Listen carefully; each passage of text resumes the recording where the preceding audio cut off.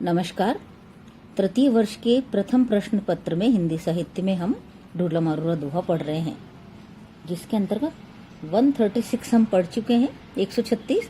अब 137 से हम पढ़ना प्रारंभ करेंगे कि किस प्रकार से मारवाणी ढोला को अपने यौवनवती होने के संदेश भेज रही है और किस प्रकार संदेश वाहक को विभिन्न लौकिक उदाहरणों के द्वारा इस प्रकार संदेश भेजा जा रहा है कि साक्षात ढोला को मारवाणी की विरह वृथा का अनुमान या अनुभव हो सके। तो आगे के दोहे में मारवाणी कह रही है, पंथी हाथ संदेश लो धन बिललंती देह पगसू काढ़ी लीटिर और आंसुआ भरे।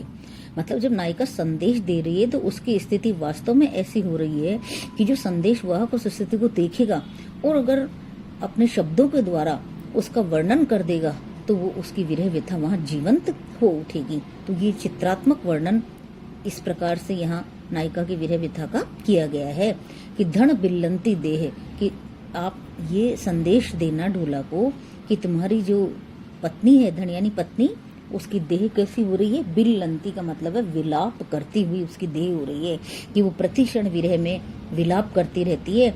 पगसू काढ़ी लीटिर और आंसू भरे, कि वो अपने पैरों से धरती पर लीक बनाती रहती है और उसके हृदय में हमेशा आंसू भरे रहते हैं। पग से धरती पर लीक बनाने का अर्थ ये है कि नायिका कुछ बोल नहीं पा रही है, अर्थात विरह की अवस्था में वह जड़ हो गई है और उसके हृदय में हमेशा आंसू भरे रहते हैं। इसलिए वो केवल पैर से धरती मिट्टी में निशान बनाकर या लीक काढ़ करके और ये उसकी विरह व्यथा को प्रदर्शित करना चाहती है कि वो कुछ भी कहने की स्थिति में नहीं है।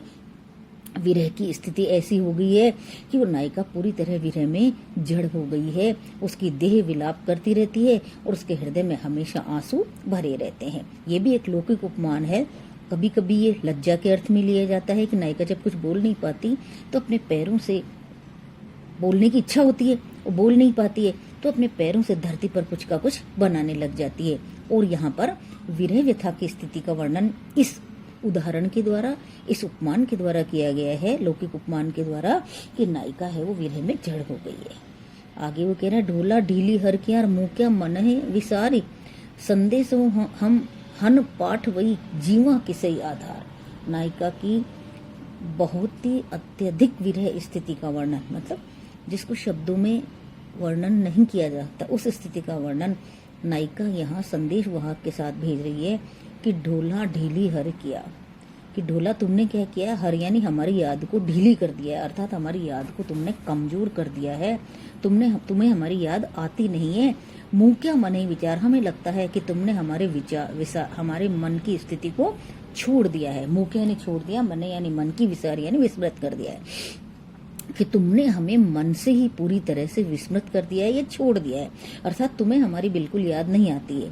संदेशों हन पाठ हुई, इसलिए तुम क्या करते हो, संदेश भी नहीं भेज रहे हो, तो बताइए हम किस आधार पर जिए। अर्थात ये नायिकाओं की विरह स्थिति का वर्णन करने का एक साधारण लौकिक और साहित्यिक उपमान है कि अगर उनको ये आधार भी नहीं है कि नायक इस समय आएगा, तो बताइए वो किस आधार पर विरह की स्थिति को निभाए, विरह की स्थिति को पूर्ण करे, ये किस आधार पर वो जीवन जिए। तो इस लौकिक और साहित्यिक उपमान को कवि ने यहाँ नायिका की विरह स्थिति में वर्णन करके उसके विरह को जीवंत कर दिया है। ढोला ढीली हर किया दीठो घणो जने हैं, चोल बरन्ने कपड़े सावर धन अणे हैं। यहाँ पर नायिका ने नायक को उपालंब दिया है। क्या उपालंब दिया है कि तुमने मेरी याद को तो कम कर ही दिया है और ऐसा लगता है कि बहुत लोगों ने तुम्हें इस तरह देखा है। किस तरह देखा है, चोल बरन्ने कपड़े, कि तुमने लाल रंग के कपड़े पहन रखे। लाल रंग के कपड़े से वर्णन मतलब क्या होता है कि तुम प्रसन्न हो, खुश हो। सावर धन अणे, मुझे लगता है तुम्हारे यहाँ सावर यानी बहुत सारी मेरी सोत, मतलब और जो स्त्रियां हैं वो बहुत सारी तुम्हारे पास है, इसलिए तुम्हें मेरी याद नहीं आती है और तुम वहां प्रसन्न हो। बहुत लोगों ने ऐसा देखा है कि तुम्हारे पास बहुत सारी स्त्रियां हैं, अर्थात तुम्हें मेरी आवश्यकता नहीं है और तुम तो वहां प्रसन्न हो। तो ये भी उपालंब है जो नायिका नायक को भेज रही है, कह रही है, बता रही है कि अनेक स्त्रियां होने के कारण शायद तुम्हें मेरी याद नहीं आती है।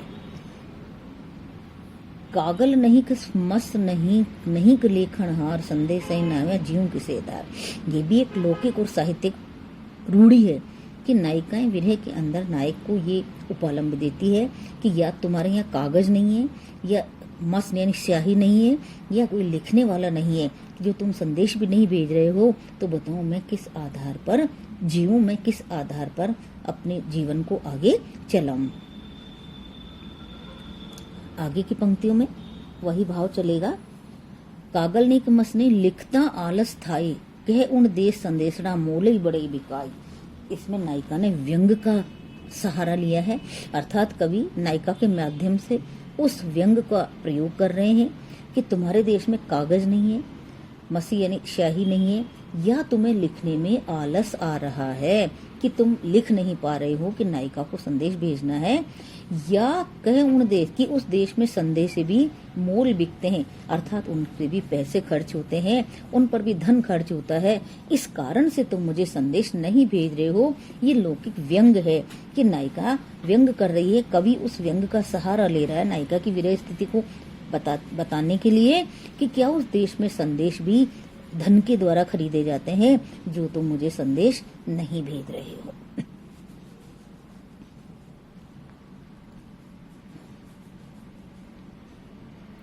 आगे उस संदेश के बारे में बताते हुए नायिका कह रही है, वायस वीजऊ नाम ते आगल लल्लऊ ठवई, जैतू हुई सुजान तऊ वही लऊ मोकले।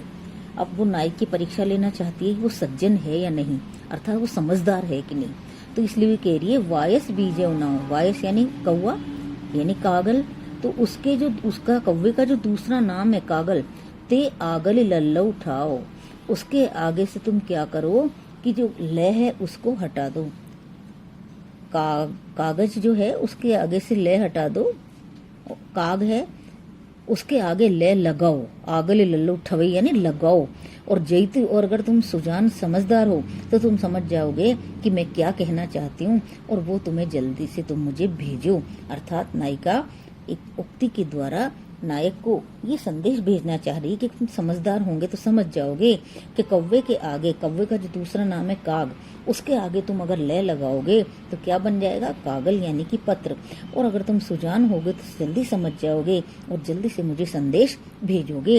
अर्थात नायिका संदेश भेजने के लिए यहाँ कह रही है कि संदेश भेजे हुए तो मुझे भी जीवन का कोई आधार मिलेगा कि कब तुम जल्दी से जल्दी मुझे लेने के लिए आ रहे हो, कि मेरी विरह की स्थिति कब खत्म होने वाली है।